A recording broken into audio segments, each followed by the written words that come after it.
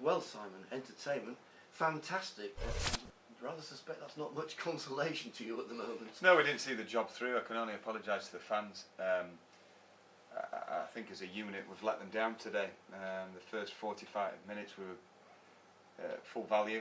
You know, we should have been up, but we're letting 2 sloppy goals, as per usual at the minute. And then the second half we dropped deep right from the kick-off and invited pressure. We didn't carry out the game plan as we had in the first half, and it was negative. We didn't keep the ball, people didn't want the ball, and didn't carry out the jobs. Why do you think that is? Despite everything you've done, do you think there is a bit of a fear factor because it's been so long since you've won? Possibly. We've asked the question there. You know, it's either fear creeping in, but you've got to confront that fear, and we did that ever so well first half.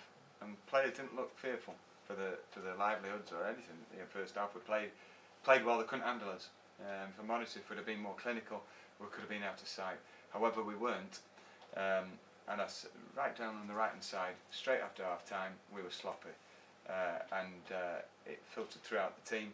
And we weren't the same team now. It's either fitness that's an issue, willpower, or not being man enough to point the fingers at those around you and organise them sufficiently in order to get up the pitch and start passing the ball again. And yet you might have got away with it with Warren Burrell's goal. Fantastic goal, a great move, great header across from Angie, and what a finish. He's capable, you know, he's one, and so is Angie, a man enough to take part in the team from now on. But the number of times we've done it for 45 minutes, Barry, alright when you've got JP fit and Knowles fit when we were 2-0 up at half time, bit of a cushion there for people to switch on the negative button and then drop off. I don't like it that way. We said at half time, push the wing backs on, be aggressive with it, but what do? We pull them in.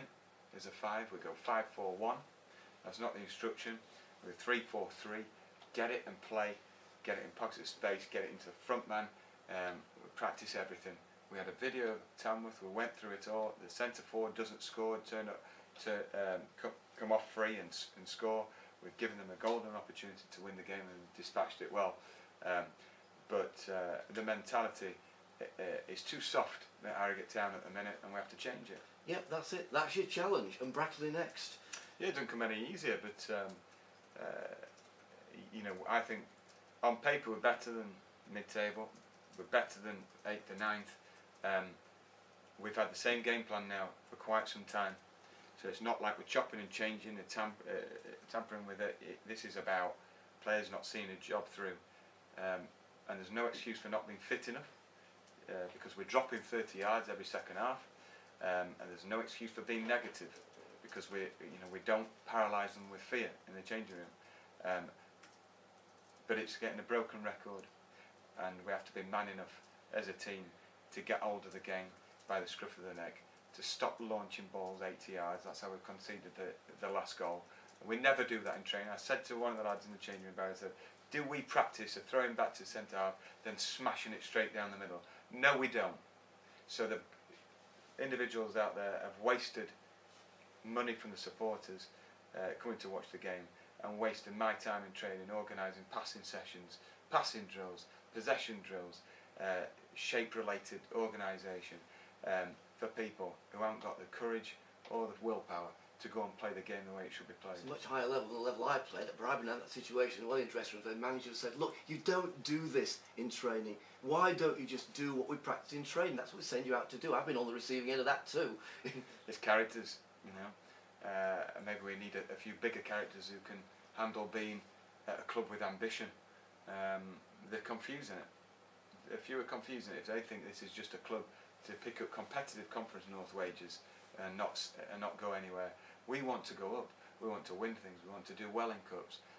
If people are paralysed by that fear, then they shouldn't be anywhere near it. In terms of getting wins, well, you're halfway there in a sense, because after a dry spell, you scored 3 really good goals, 1 set piece and 2 wonderful moves. Yeah. The football, the organisation of it is there for people to see in terms of we're freeing up space for the wing backs. The movement of the 2 widemen, Nicky Clee and Wayne Brooksby, they were fantastic first half, but they were redundant second half, because you have to pass it to be able to get them on it, and we didn't pass it.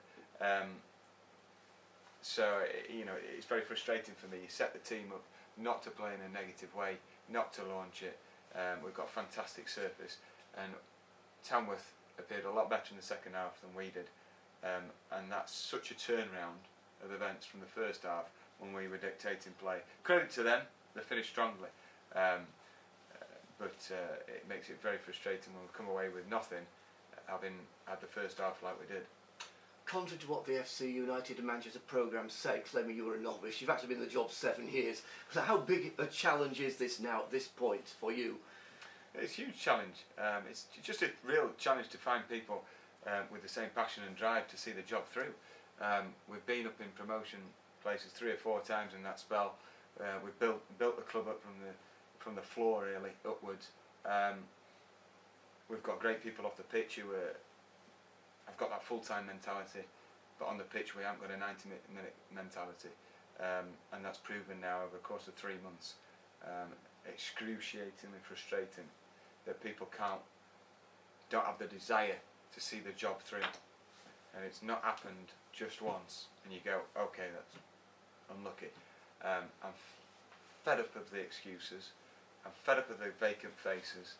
I just want a few Roy Keanes in there, a few people who actually live and breathe football, who actually want to turn up in the second half and play a game of football, grab it by the scruff of the neck and play like a grown-up.